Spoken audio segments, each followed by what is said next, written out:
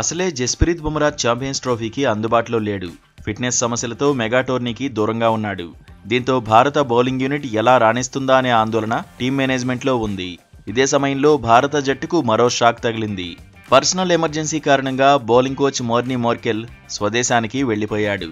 తండ్రి మరణంతో దుబాయ్ నుంచి సౌత్ ఆఫ్రికాకు వెళ్లినట్టు కథనాలొస్తున్నాయి.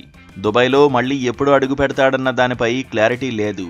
మోర్నీ మోర్కెల్ అందుబాటులో లేకపోవడం టీమిండియాకు దెబ్బే. ప్రత్యర్థి బ్యాటర్స్ బలహీనతలను పసిగట్టి బౌలర్లకు సూచనలు చేయడం కీలకం. ఇదే సమయంలో భారత బౌలర్లు ఎలా బౌలింగ్ చేయాలన్న దానిపైన ఎప్పటికప్పుడు వ్యూహాలు అమలు చేయాల్సి ఉంటుంది. ఈ నెల 20న బంగ్లాదేశ్తో భారత్ ఆడబోతోంది. దీంతో ఛాంపియన్స్ ట్రోఫీలో భారత్ బౌలింగ్ విభాగం ప్రదర్శన ఎలా ఉంటుందన్న టెన్షన్ అభిమానుల్లో కనిపిస్తోంది. నిజానికి టీమిండియాకు బ్యాటింగ్లో ఎలాంటి ఆందోళన లేదు. భారత బ్యాటర్స్ ఫామ్లో ఉన్నారు. బ్యాటింగ్ ఆర్డర్ కూడా సెట్ అయిపోయింది. సమస్యంతా బౌలింగ్లోనే ఉంది. సీనియర్ బౌలర్గా షమీపై అంచనాలున్నాయి. షమీ గొప్ప బౌలరే. అతను జట్టులో ఉండడం ఆత్మవిశ్వాసాన్ని పెంచే విషయమే. గత వన్డే వరల్డ్ కప్లో అద్భుతమైన పేస్తో ఆకట్టుకున్నాడు. ప్రత్యర్థి బ్యాటర్స్ పనిపట్టేశాడు. టోర్నీలో లేటుగా ఎంట్రీ ఇచ్చినా టీమిండియాకు కీలకంగా నిలిచాడు.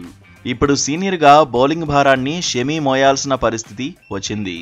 కానీ షమీ ఫిట్నెస్ సాధించాడా లేదా అన్నదే ఇప్పుడు హాట్ టాపిక్ అవుతోంది.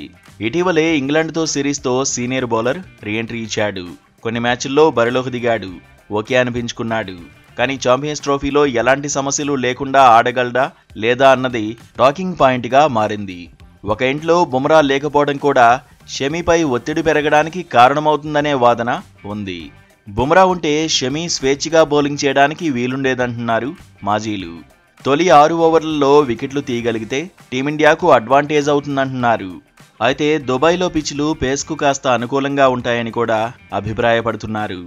షమీ కాస్త రిథం అందుకుంటే ప్రత్యర్థులు భయపడాల్సిందేనని తేల్చి చెబుతున్నారు.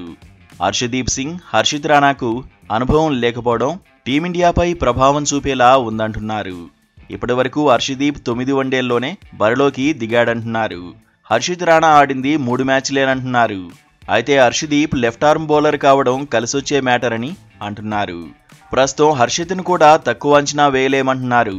హార్దిక్ పాండ్యా ఫిట్గా ఉండడం టీమిండియాకు అడ్వాంటేజ్ అవుతుందంటున్నారు. స్పిన్ విభాగం మాత్రం సూపర్ సాలిడ్గా ఉందంటున్నారు. టోర్నీలో శుభారంభం అందితే ఆ తర్వాత టీమిండియా టాప్ గేర్లో దూసుకుపోతుందని అభిమానుల్లో అంచనాలు పెంచుతున్నారు.